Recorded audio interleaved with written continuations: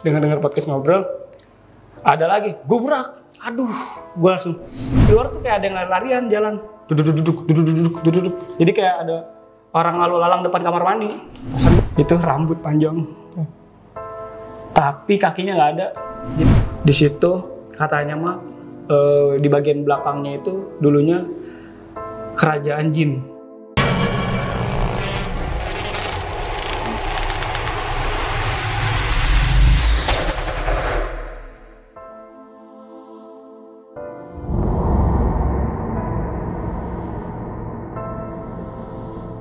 Assalamualaikum warahmatullahi wabarakatuh. Kembali lagi di Narasi Misteri. Kita akan ngebahas kisah-kisah horor, kejadian-kejadian nyata yang dialamin secara langsung oleh para narasumber kita. Nah, kisah-kisah yang ada di sini semuanya dialami dari kisah nyata yang tanpa rekayasa dan terjadi apa adanya. Kali ini gue udah kedatangan temen gue, Alvin. Ya. Halo, Vin. Halo. Nah, jadi Alvin ini pahlawan tanpa tanda jasa ya. Apa nih? Guru. Oh, iya. Nah, jadi teman gue yang satu ini, dia ini guru di salah satu sekolah dan dia punya cerita yang akan dibagiin ke kita semua. Nah, boleh ceritain dikit gak, Vin? Boleh. Cerita apa yang mau lo ceritain nanti? Ceritanya ini terjadi di lingkungan sekolah, tempat gua ngajar. Ceritanya ini berawal dari latar belakang sekolah gue dulu. Jadi sebelum sekolah gue itu dibuat, jadi awalnya itu sekolah gue itu adalah sawah. Lahannya itu sawah dulu, sawahnya itu dikelilingi pohon waru. Ada pohon waru juga. Kata orang sih pohon waru itu ada penunggunya. Jadi emang daerah-daerah tempat sekolah lo itu daerah yang emang udah angker di zaman itu ya, zaman dulu ya. Udah angker banget deh pokoknya. Ibaratnya daerah-daerah rawan lah ya. Berarti ini menyangkut kisah-kisah tentang sekolah yang angker dari tempatnya. Yaudah, kita stop dulu ya. Oke. Nah, buat kalian yang punya cerita-cerita misteri, lo bisa langsung aja infoin ke kita buat jadi narasumber yang ada di sini. Lo bisa email ke Narasi Misteri atau lo bisa DM ke Instagramnya Narasi Misteri. Nah, jangan lupa juga buat subscribe, buat like, buat komen, dan juga share. Biar kita bisa terus menceritakan kisah-kisah nyata yang ada di sekitar kita yang sebelumnya kita nggak pernah tahu. Nah, langsung aja kita mulai ke ceritanya.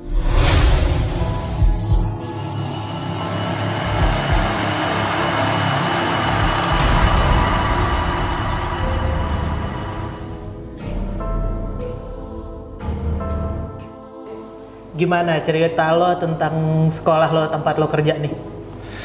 Langsung aja kali ya. Ya, boleh. Jadi sekolah gue itu udah berdiri sekitar 30 tahunan lah ya. Udah lama banget bangunannya. Dan lahannya itu pasti lebih lama lah. Ibaratnya tahunnya berdirinya ada lahan tersebut daripada bangunannya. Dan orang-orang sekitar taunya lahan tersebut itu awalnya itu sawah dan ada pohon waru. Pohon waru tersebut ya sering lah ada kejadian-kejadian mistis, mungkin kejadian-kejadian penampakan yang tidak diinginkan, mungkin dilihat oleh warga sekitar. Terus di sana juga ada gumbukan tanah dan isinya itu kalau kata orang sekitar banyak banget ular kobranya di dalam gundukan tanahnya itu. Singkat cerita akhirnya dibangunlah sekolah gua SMA negeri sampai sekarang masih berdiri. Langsung ke ceritanya, jadi belakangan ini gua sering banget nginep di sekolah. Mungkin karena banyaknya tugas yang gua kerjakan, sering lembur juga ngerjain ini itu, mau nggak mau jadi pilihan gue ya udah lebih gampang, udah akses daripada bolak-balik jauh, mendingan gue nginep di sekolah. Karena rumah gue di Bintara, sekolah lumayan lah ke Bekasi Utara, daerah Tarumajaya. Terus pada saat gue nginep hari pertama di sekolah, jam 8 malam tuh kita nginep dalam rangka karena besoknya mau ada acara pensi. Ibaratnya kita sebagai penanggung jawab kalau barang-barang itu perlengkapan ya. bantu ngejagain guru-guru sama penjaga sekolah. Sebagian guru ada yang nginep juga selain gue. Nginep lah, tidur di ruang perpustakaan. Ruang perpustakaan itu kalau di sekolah gue jarang banget ada murid yang main perpustakaan, karena seringnya kalau mau masuk perpustakaan pasti diomelin, cuman tidur-tiduran doang lah, mau ngadem doang, kebanyakan gitu kan. Akhirnya karena sepi juga, siangnya aja perpustakaan itu notabene suasana itu sepi, kayak anyep lah gitu ya, ruangan jarang dihuni sama manusia ya kan. 1-2 orang doang yang menjaganya doang paling. Malamnya dapat kesempatan tidur di situ. Sebenarnya kalau misalkan dilihat dari fasilitasnya di perpustakaan itu lengkap. Ada dispenser, ada kulkas, ada kamar mandi. Cocok banget buat nginepin. Kebutuhan lo cukup lah ya? Iya. Ada juga kayak karpet buat tiduran lah, ibaratnya nggak langsung tidur di ubin kan enak tuh. Ada bantal-bantal juga. Jam 8 malam, posisinya hujan deras. Terus kita udah pada capek, kondisinya habis kerja dari pagi. Satu persatu terlelap tuh tidur duluan. Jadi gue bertiga sama guru bahasa Inggris, satu guru bahasa Inggris, satu lagi guru olahraga. Mereka udah tidur duluan, gue masih bangun sendiri. Karena gue mikir, udah pada tidur duluan, akhirnya gue tidur juga. Nah, pada saat jam 2 pagi, gue bangun, tiba-tiba mereka udah nggak ada. Ternyata, iya guru-guru. Gue kira lagi kamar mandi atau gimana, soalnya ada ruangan 2 gitu disekat ya. Gue pikir lagi di sebelah. Pas gue ke sebelah ngecek, nggak ada siapa-siapa sebelah. Gue udah mikir, wah gue dikerjain ini, ditinggalin. Bener aja gue ditinggalin. Pas dilihat di depan pintu nggak ada sendalnya, berarti udah pada pergi nih. Gue pengen nyusul niatnya, cuman lokasi perpustakaan itu ke lokasi ruangan tata usaha cukup jauh jalannya. Dan buat jalan ke sana itu butuh effort menurut gua. Jalannya itu keluar, ada pohon mangga gede, pohon beringin. Tapi kalau misalkan di dalam aja gue juga gak bisa ngapa-ngapain karena sendirian. Emang posisinya apa ya, udah kena tanggung ya. Ini misalkan gue mau keluar resiko, mau diem juga gue bakalan gak nyaman juga. Akhirnya gue memutuskan untuk diem di situ. Gue memutuskan untuk berusaha tidur lagi nih. Tapi pada saat tidur tuh perasaan gue nggak enak, kayak ada yang ngawasin gitu, kayak ada yang bener, kayak nggak sendiri gue di situ, di dalam itu, di dalam ruangan. Aduh, gue udah sempet selimutan, nutupin bantal muka, tetep aja tuh. Aduh, gue kayak diawasin nih bener tidur. Akhirnya gue pindah dari tempat yang di tengah-tengah itu ke pojok. Pojok itu tempat operator.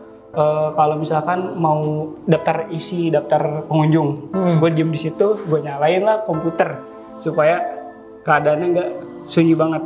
Gue nyalain komputer, gue nyetel YouTube, suaranya tuh kedengeran. Jadi biar ada suara lain selain gue sendiri. Terus pada saat gue nyalain komputer tuh posisinya kalau nyala kan ada bunyi teng, tapi ini kan belum nih. Pas lagi nyalain komputer, tiba-tiba gubrak. Posisinya dari arah suaranya itu dari tumpukan buku-buku di pojok. Jadi jarak dari komputer ke buku-buku perpustakaan tuh lumayan lah, ada sekitar 7 meteran lah ya. Kalau jalan lumayan jauh juga. Tapi denger banget suaranya keras. Jadi kayak seolah-olah tuh buku itu jatuh banyak banget. Gue kaget dong. Seketika langsung, anjrit, ini apa nih ya? Gue udah mikir yang aneh-aneh. Mikir tikus kali atau apa, berusaha mikir yang normal aja. Logika. Karena posisi lagi sendiri, nggak mungkin lah gue mikir yang aneh-aneh. Gue coba deketin tuh ke arah suaranya itu. Pas gue lihat, kok rapi, buku nggak ada yang jatuh ya. Gue mikir tuh, aduh, gue langsung kita anjir, merinding nih kayak gini. Akhirnya balik lagi gue ke tempat gue duduk di meja registrasi tuh. Duduk lagi diem, gue setelnya podcast, ngobrol tuh. Dengar podcast ngobrol, ada lagi, gubrak. Aduh, gue langsung anjrit, gue matiin lagi, gue lihat lagi. Kan kalau orang logikanya orang takut kan, ada suara buku jatuh, dia nggak mau nyamperin lagi kan. Tapi gue anehnya ini penasaran, gue pengen nyamperin lagi ya. Coba gue samperin lagi, gue lihat lagi, nggak ada. Makin lemes gue. Aduh ya Allah, kata gue. Yaudah deh, gue balik lagi deh. Sampai apa saat gue balik lagi jalan balik sampai gue nyebut udah apa ya masing-masing kali ya. Gue juga di sini nggak ganggu kok, cuma pengen tidur gue iseng ngomong gitu. Duduk lagi, gue nyetel lagi podcast. Anjir jaringan internetnya mati, tiba stop dong. Pas stop, pas lagi nonton podcast, ya udah gue makin merinding tuh, anjir gue diem. Terus gue pura-pura nyetelin lagu aja, lagu-lagu di HP. Gue diem, kok kayak ada suara anak kecil ketawa dari arah belakang buku, tumpukan buku yang jatuh tadi. Ketawanya itu bukan kayak satu orang, jadi kayak 3 orang atau 2 orang gitu, kayak lagi main sama temen-temennya. Terus gue anjir gimana ini ya. Udah di situ gue langsung kayak gak berani gerak, kayak mau lari nggak bisa, mau ngapa-ngapain nggak bisa. Iya. Terus pas lagi mikirin itu, anjir, tiba-tiba kebelet kan, pengen kamar mandi. Akhirnya udah gue berani diri kamar mandi nggak jauh dari tempat gue nonton podcast itu, di tempat registrasi. Gue masuk kamar mandi, gue tutup pintu kamar mandi, gue nyalain keran kenceng. Udah tuh gue buang air besar kan. Di situ juga masih merinding tuh, gue buang air besar ngeliat ke atas, gue ngeri ada apa gitu kan. Pikiran udah panik ya kan. Udah itu gue keluar lagi. Gue tuh ngerasa kok pas lagi di kamar mandi, di luar tuh kayak ada yang lari-larian jalan. Duduk. Jadi kayak ada orang lalu lalang depan kamar mandi. Perasaan gue gak enak, kan ada orang ya. Mungkin gue mikirnya, oh temen gue baik lagi kali yang tadi ninggalin. Pas gue keluar, anjir sepi. Gak ada siapa-siapa. Tutup lagi, nyalain lagi keran. Gitu lagi kayak kejadian sebelumnya. Terus gue panik, ya Allah keluar gimana nih ya. Ya udahlah, udah kelar juga, gue keluar, gue balik lagi ke tempat tadi. Itu posisi jam 2:30. Udah lumayan lah. Udah menjelang jam 3. Sampai gue kepikiran, aduh gue sholat aja lah, gue sholat tahajud, iseng ambil air wudhu, sholat. Nah pas lagi sholat tahajud, kayak ada yang ikut di belakang, kayak ada yang berdiri. Duh, gue makin merinding. Aduh, ini sholat juga salah apa gimana? Gue jadi gak karuan sholat juga pikirannya ya. Aduh, ini gimana ya gue bilang. Udah lanjut ya, bodo amat gue. Habis selesai sholat, naik assalamualaikum. Udah tuh, pas naik kok gak ada apa-apa. Biasanya kayak gitu. Itu sampai akhirnya gue sampai jam 5 subuh itu gak tidur. Sampai bener-bener azan subuh ya. Sampai bener-bener azan subuh gak tidur gue. Begitu aja terus. Sampai akhirnya paginya gue ketemu temen gue marah-marah lah, orang ditinggalin ya, nggak bilang-bilang, nggak ngebangunin.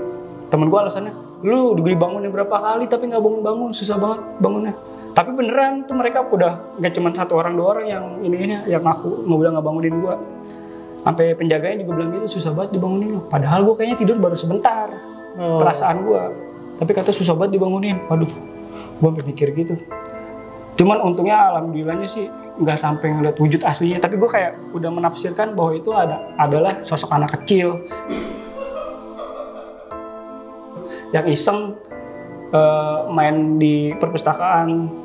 Terus besoknya gue cerita sama penjaga perpusnya, pengakuan berikutnya dari penjaga perpusnya itu, emang di sini mau bocah kata gitu. Oh gitu, iya ada bocah 3 orang katanya. Pantesan suara anak-anak lari-larian kan, lalu-lalang gue pikir. Cuman gue bilang jahat apa enggak, kan gue iseng kayak gitu nanya. Enggak sih, mereka cuman kayak nunjukin bahwa mereka ada di situ. Namanya anak-anak ya? Ya, namanya juga anak-anak ya kan kalau bahasa ininya. Cuman tetap aja kalau bagi ibaratnya gue nggak pernah nginep di situ. Sekali nginep kayak ibaratnya kayak disapa gitu ya. Pengen kenalan kali kalau bahasa ininya. Tetap aja kalau buat orang-orang yang baru kayak gitu ya tetap aja kaget lah ya, awam namanya juga, masih shock gitu kan. Dan dengar cerita lagi di perpustakaan itu sempet ada ular.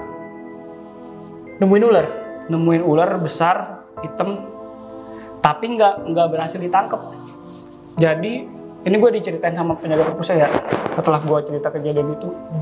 Jadi pada saat dia jaga sendirian, itu kejadiannya itu siang malah. Siang setelah sholat zuhur kalau nggak salah. Jadi dia ngelihat ular dari tumpukan buku, dia tuh kayak kobra begini, cuman ukurannya besar. Pada saat dia teriak minta tolong sama penjaga buat nangkep, ularnya kabur ke belakang lemari, tumpukan-tumpukan loker-loker, sampai lemari lokernya itu dirubuhin, nggak ada. Nggak ketemu sama sekali? Nggak ada ular. Padahal itu gede banget, nggak mungkin lah, susah dicari kan. Iya. Ibaratnya kecuali ular kecil atau ular gimana, ini gede ukurannya, paling panjangnya itu bisa sekitar 5 meter, itu gede. Gede banget dok. Makanya lebih ke kobra tapi kayak sanca, jadi ibaratnya dua-duanya bisa termasuk kategori. Tapi pas logikanya deh, ada barang masuk ke loker, pas dibuka atau dibobol, namanya loker dibobol sampai dijatuhin, pasti ada ya. Iya. Ini nggak ada sama sekali, bersih. Udah dari situ, siluman ini. Jadi-jadian atau gimana? Itu dari situ udah mulai ke sana-sananya pada berpikirannya bahwa perpus itu angker. Dan ternyata emang bagian dulunya yang dibikin perpustakaan itu dulunya adalah rawa-rawa. Di situ kebun. Nah, di situ pula gundukan tanah yang isinya banyak ular kobranya. Di situ ternyata. Kalau misalkan kejadian di lingkungan sekolah lain, ada gue sempet nginep di ruang guru, tapi kejadian itu sebelum kejadian di perpustakaan. Dan di ruang guru itu menurut gue pribadi energi mistisnya lebih kuat dari perpustakaan menurut gue ya. Karena gue sendiri ngalamin di ruang guru, ini lebih ke menyerupai si hantunya itu. Jadi gue nginep sama temen guru gue, guru bahasa Sunda dulu. Dia bilang sama gue, Pin sebentar ya keluar beli makan, mau nitip apa? Oh yaudah nitip ini, yaudah di jalan keluar. Nggak berselang kurang dari 5 menit, dia nongol dari pintu kamar mandi belakang. Seketika gue pasti kan spontan ya, lah kok lu nggak jadi beli? Tapi dia diem aja, nunduk begini. Kaku tapi mukanya diem.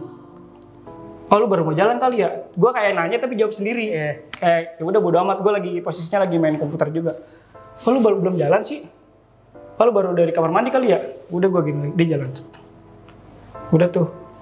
Cuman kayak gue curiganya tuh mukanya tuh kaku, kayak orang sakit mukanya. Nunduk bawah gitu, diem. Terus nggak lama itu temen gue datang, lah lu cepet amat, pasti tadi baru keluar. Gue gitu, apaan? Lu bukan tadi dari kamar mandi? Kata gue, enggak, kan gue bilang, lu mau nitip apa? Kalau lu udah bilang, gue langsung keluar, nyalain motor jalan.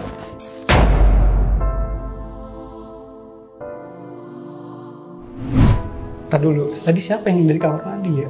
Ya lu, kayak diceritain, kata temen gue ternyata kejadian itu udah kejadian juga sama dia udah ngalamin juga apa yang gue alamin sebelumnya. Terus pas gue ceritain itu, ya udah, nggak usah diceritain sekarang, besok aja. Udah malam posisinya itu soalnya, malam. Pokoknya itu abis sholat isya tuh, malam kejadiannya. Jadi pas udah tahu kayak gitu, udah besok aja ceritanya. Yaudah deh.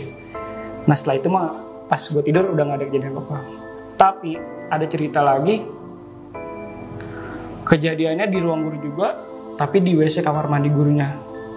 Itu yang ngelihat langsung teman guru gua, guru matematika. Dia juga sekaligus pembina pramuka. Jadi ada acara di sekolah, acara bantara, pengangkatan bantara pramuka. Jadi otomatis nginep kan di sekolah. Gurunya tidur di ruang guru, pembinanya. Pada saat mau kamar mandi, jam sebelum maghrib lah, 5:30, mau ngambil wudhu. Dia kaget, ini bener-bener nggak ada.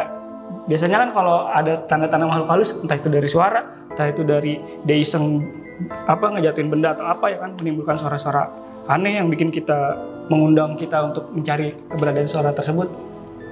Tapi ini ya udah spontan aja, mau ngambil wudhu ke kamar mandi, udah lepas kerudung kan perempuan, udah lepas kerudung mau siap sambil wudhu.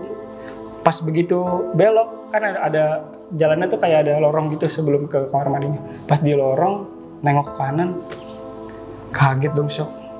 Itu rambut panjang, tapi kakinya nggak ada. Jadi kayak baju doang, kayak jubah putih tapi rambutnya panjang. Dia langsung mau lari nggak bisa, mau ngapain nggak bisa. Kayak aduh, udah kayak nggak bisa gerak, kayak setak gitu, kayak lu ketindih tapi nggak bisa gerak. Posisinya masih sadar berdiri. aduh gimana nih, pengen teriak nggak bisa ya kan. Itu kejadiannya nyetaknya gitu tuh, diemnya itu lumayan lama kata dia. Ada kali 1 menit kurang mah ya.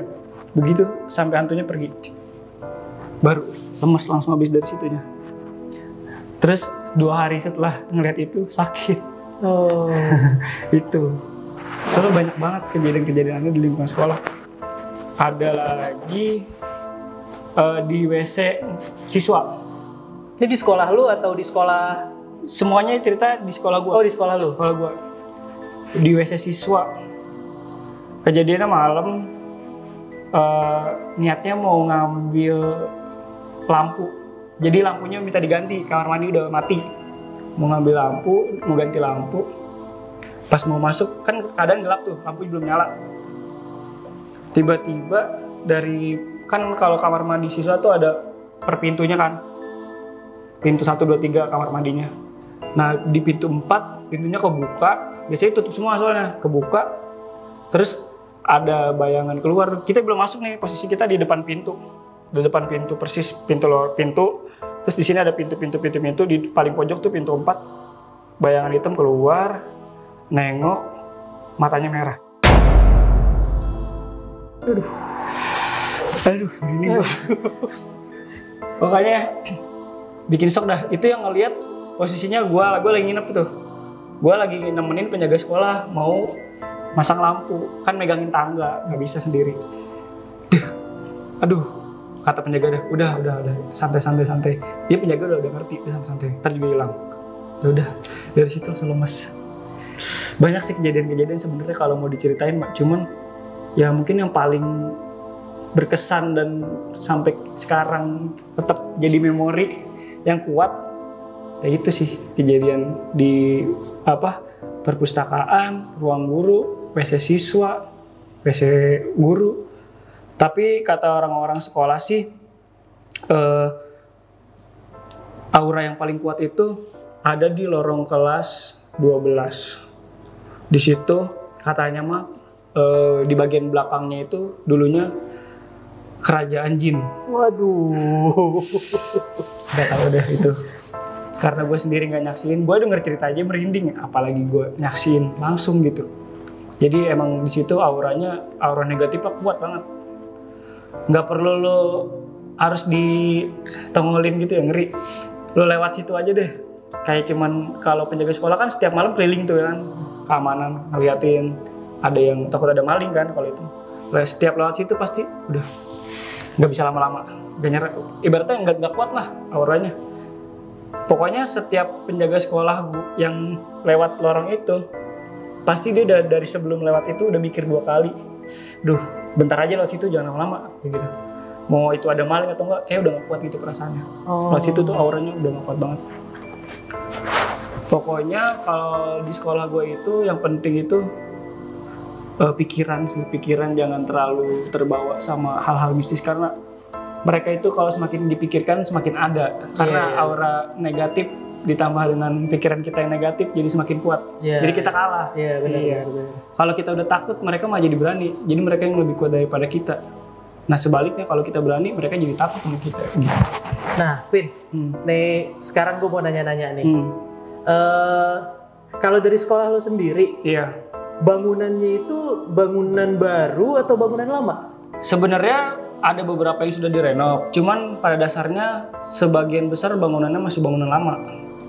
Dan kejadian yang gue sebutkan tadi itu adalah bangunan lama yang belum direnov. Perpustakaan itu, termasuk yang kamar mandi itu? Itu kamar mandi belum direnov. Sebenarnya kamar mandi kan ada 4, cuman yang udah direnov baru 2. Nah yang gue ceritain itu belum direnov dari awal sampai sekarang. Jadi bangunan dari yang zaman dulu itu belum di kotak-atik tuh. Belum. Masih gaya-gaya bangunan lama. Iya, ruang guru pun direnov, cuman pindah-pindah namanya dekorasinya aja, pindah-pindah tata letaknya aja. Cuman kalau kayak bangunan bener-bener pure-nya itu belum sama sekali direnov. Makanya mungkin masih auranya kental banget dari dulu, masih di situ masih nempel aja si penghuninya. Padahal di sekolah gue tuh ada yang bisa lihat, ada yang bisa bersihin. Cuman setelah gue cerita pengakuan mereka, ya bener, apa yang lo lihat bener itu. Dan itu emang kuat. mau sampai kapanpun lu usik, dia akan balik lagi ke situ. Jadi emang banyak yang ngalamin di sana. Iya. Kebetulan lo lumayan sering juga nginep di sana tuh Iya, ya. gitu.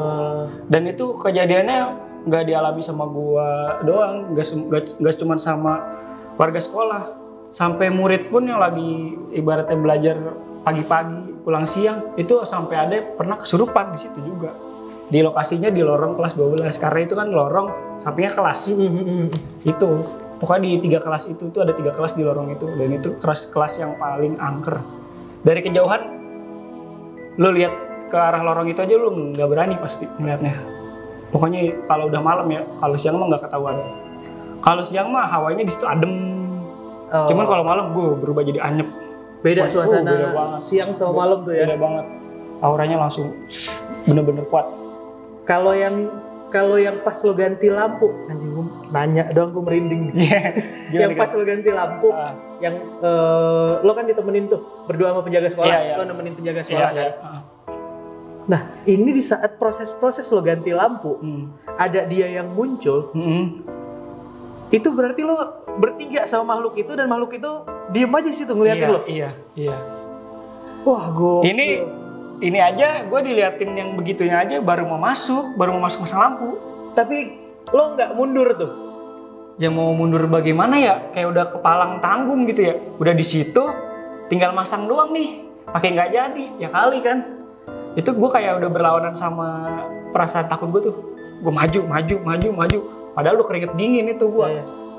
Kalau penjaga, gue tahu dia takut. Cuman dia berusaha kuat gitu biar. Masa gue takut, dia takut juga. Ibaratnya ya mau masang nggak jadi dong berarti kan. Udah akhirnya dia kayak gue tahu dia takut, cuman dia pura-pura biasa aja supaya guanya juga tenang. Ya udah akhirnya pas gue mau masang aja udah pikirannya udah baca-baca aja dah. Astagfirullahaladzim. Udah begitu aja gue. Udah masang buru-buru cari cabut. Udah buru-buru udah nggak ada nengok ke belakang lagi udah nggak ada. Kalau yang guru cewek ketemu di kamar mandi. Iya. Nah itu kan 2 hari setelahnya sakit. Iya. Setelah itu dia ngalamin hal-hal lain atau gimana? Jadi gini, guru cewek itu emang sering ngelihatnya, nggak cuma sekali. Cuman itu cerita yang pertama kali dia ngelihat. Pertama kali dia diliatin makhluk itu, dia langsung sakit. Tapi setelah beberapa kali diliatin, dia udah kayak udah terbiasa gitu. Udah masing-masing aja lah, dia udah kayak berani ngomong gitu. Dia nggak cuma sekali 2 kali diliatin sama makhluk itu. Depan muka tuh ya?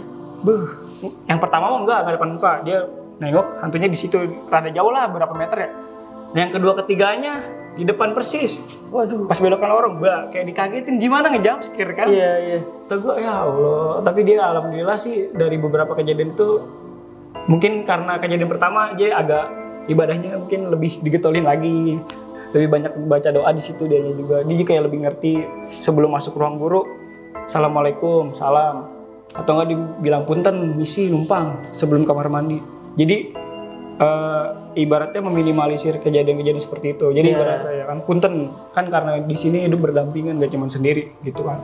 Jadi emang dimanapun kita emang harus lah ya sopan santun. Mau itu ada orang nggak ada orang karena kita nggak tahu nih tempat ini ada apa ya. Kan ada adabnya juga, masuk rumah juga walaupun nggak ada orang tetap ucapkan salam. Iya betul. Itu sih paling. Wah ngeri banget. Lumayan lah. Jadi banyak banget nih cerita yang lo alamin ya. Sebenarnya lebih, cuman yang paling berkesan ya itu. Itu ya. Iya. Banyak sebenarnya, banyak banget. Gila, berapa kali gue parah. Nah, buat kalian yang mau denger cerita-cerita kejadian nyata yang ada di sekitar kita kayak Alvin alami, Pak Guru alami, lo bisa langsung sharing aja di sini. Lo bisa DM ke Instagramnya Narasi Misteri atau lo bisa email langsung ke Narasi Misteri atau lo bisa lihat deskripsi yang ada di bawah. Nah, jangan lupa buat lo like, comment, share, dan subscribe biar kita bisa terus ceritain kisah-kisah yang ada di sekitar kita, yang dialami sama orang-orang di sekitar kita. Percaya nggak percaya, itu dialami. Pin, Thank you ya udah mau cerita-cerita di Narasi Misteri. Oke, sama-sama. Mungkin nanti kalau Alvin punya cerita baru lagi, boleh banget lo datang ke sini lagi ya. Ada. Yang mau nungguin cerita lain dari Alvin, nanti lo bisa tungguin. Jangan lupa nyalain lonceng notifikasinya biar lo terus dapat notifikasi setiap uploadan dari Narasi Misteri. Oke, cukup sampai sini karena dunia ini bukan cuman kita yang nempatin.